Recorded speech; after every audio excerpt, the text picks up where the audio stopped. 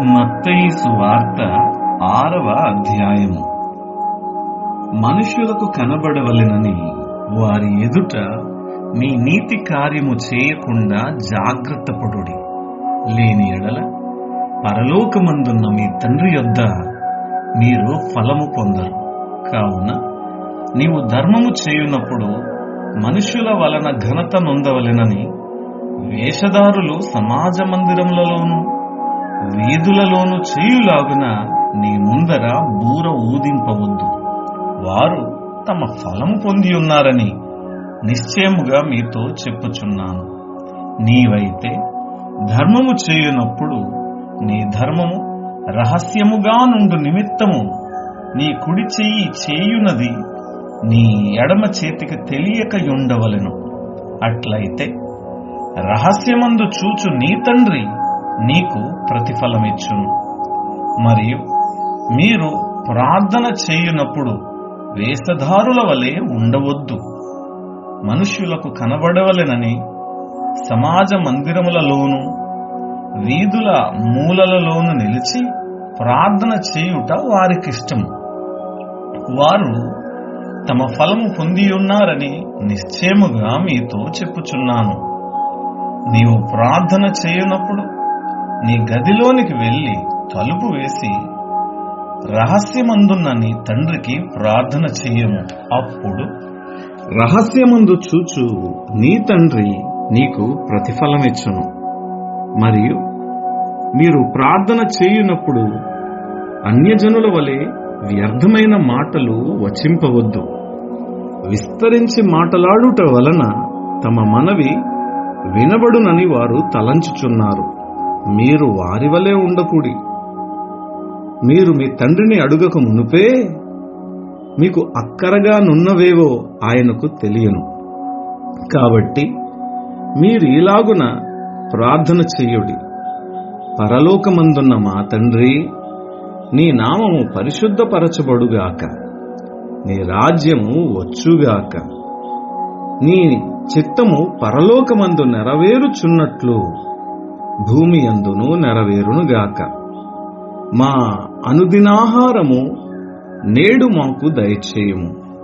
మా రుణస్థులను మేము క్షమించి ఉన్న ప్రకారం మా రుణములు క్షమించుము. మమ్మును శోధనలోకి తేక దుష్టుని నుండి మమ్మును తప్పించుము. మనుష్యుల అపరాధములను మీరు క్షమించిన ఎడల మీ పరలోకపు తండ్రియు మీ అపరాధములను క్షమించును. మీరు మనుషుల అపరాధములను క్షమింపకపోయిన ఎడల మీ తండ్రియు మీ అపరాధములను క్షమింపడు. మీరు ఉపవాసము చేయునప్పుడు వేషధారుల వలె దుఃఖముఖులై ఉండకుడి.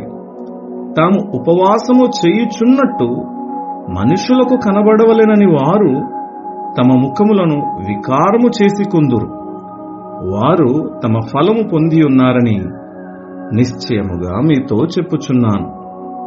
ఉపవాసము చేయుచున్నట్టు మనుషులకు కనబడవలెనని కాక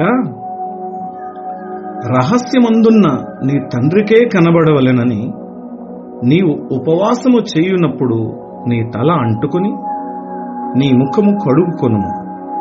అప్పుడు రహస్యమందు చూచుచున్న నీ తండ్రి నీకు ప్రతిఫలమిచ్చును.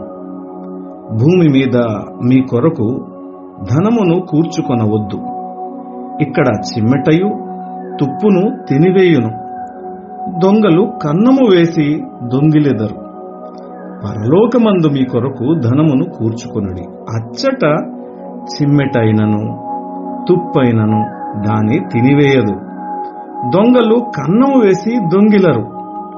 నీ ధనమెక్కడ నుండునో అక్కడనే నీ హృదయము ఉండును.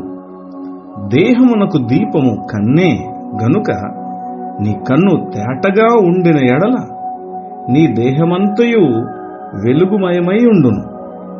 నీ కన్ను చెడినదైతే నీ దేహమంతయు చీకటిమయమై ఉండును.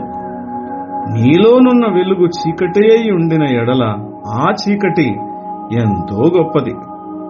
ఎవడును ఇద్దరు యజమానులకు దాసుడుగా ఉండనేరడు. అతడు ఒకని ద్వేషించి ఒకని ప్రేమించును, లేదా ఒకని పక్షముగా నుండి ఒకని తృణీకరించును. మీరు దేవునికిని సిరికిని దాసులుగా నుండనేరరు. అందువలన నేను మీతో చెప్పునదేమనగా, ఏమి తిందుమో ఏమి త్రాగుదుమో అని మీ ప్రాణమును గూర్చి అయినను, ఏమి ధరించుకుందుమో అని మీ దేహమును గూర్చి అయినను చింతింపకూడి. ఆహారము కంటే ప్రాణము, వస్త్రము కంటే దేహమును గొప్పవి కావా? ఆకాశ పక్షులను చూడుడి, అవి విత్తవు, కోయవు, కొట్లలో కూర్చుకొనవు, అయినను మీ పరలోకపు తండ్రి వాటిని పోషించుచున్నాడు. మీరు వాటికంటే బహు శ్రేష్ఠులు కారా? మీలోనెవడు చింతించుట వలన తన ఎత్తు మూరెడెక్కువ చేసి కొనగలడు? వస్త్రములను గూర్చి మీరు చింతింపనేలా? అడవి పువ్వులు ఎలాగు నెదుగుచున్నవో ఆలోచించుడి. అవి కష్టపడవు, వడకవు. అయినను తన సమస్త వైభవముతో కూడిన సొలొమోను సహితము వీటిలోనొక దాని వలెనైనను అలంకరింపబడలేదు. నేడుండి రేపు పోయిలో వేయబడు అడవి గడ్డిని దేవుడు ఇలాగు అలంకరించిన ఎడల, అల్ప విశ్వాసులారా, మీకు మరి నిశ్చయముగా వస్త్రములు ధరింపచేయును గదా. కాబట్టి ఏమి తిందుమో ఏమి త్రాగుదుమో ఏమి ధరించుకుందుమో అని చింతింపకుడి.